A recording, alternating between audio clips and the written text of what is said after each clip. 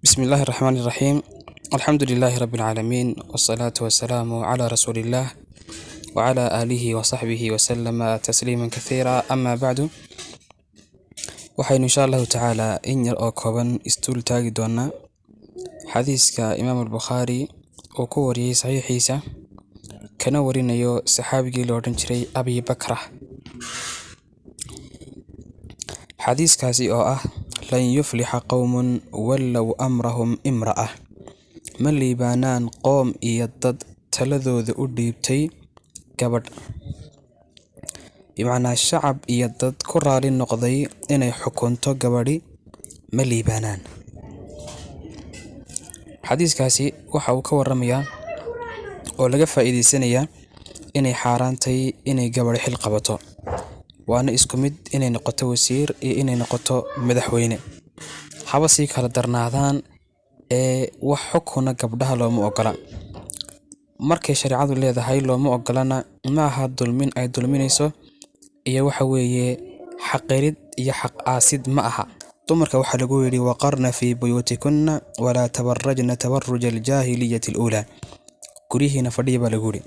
mas'aladaas haddii aynu diiniyan ka eegno waa xaraan, waxaana u daliila xadiiska aad maqlayseen iminka.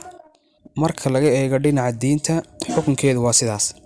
dhinac kale haddii laga eego waa arin waxa weeye caqligu xataa u diidayo. tusaale soo qaadanaynaa 3 midho kaliya taa.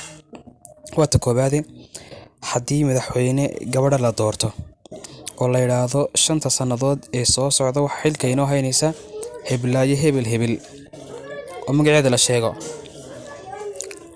maalinka ugu horeysay la dhaaranayaba ee la yiraahdo maanta waxa la dhaaranayaa madaxweynihii ina maamuli lahaa 5 sanadood ee soo socota ee haymaado.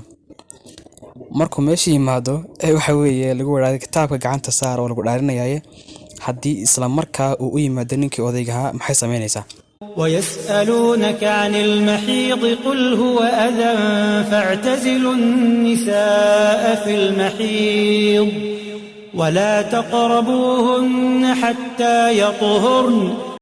ma kitaabkay gacanta saari doontaa ileen diintu waxay nafaraysaa gabadh aan daahir ahayn inaan kitaabka quraanka taabanin. haddii waxa weeye kale oo tiraado ma dhaaranayo waqti kale la sugayaana inta wadanka yaa sii maamulaya oo waxa uu xil u siihaynaya. tusaale labaad, haddii la yiraahdo madaxweynaha maanta waxa laga maarmaan u ah inuu galo shir ay albaabada u xiran yihiin oo shirka ay waxa galaya madaxweynaha iyo waxa weeye nin safiiro ama wadan kale ka yimaadeen. haye albaabku soo xidheen waa khalwo xaraan weey. nabigu wuxuu sallallahu alayhi wasallam nini gabadh meel kulama gaar noqdo ilaa ka saddexeeya waa shaydaan. shariicaduna way diiday khalwada oo ah in nin iyo gabadh aan waxa weeye maxram isku hayn ay meel wada galaan. diintu way xaaraantinimay mana ogola. waxaana la yiraahdaa al-khalwa. way madaxweynihii waxa la doonayaa maanta inuu galo shir ay albaabada u xiran yihiin. diintu waxay leedahay waxa laga maarmaana in la joogo maxram. haddii la keenaa aabaheeda ama ninkeedii ama inankeedii miyaanu noqonin dhago sirihii wadanka aanu faafinin.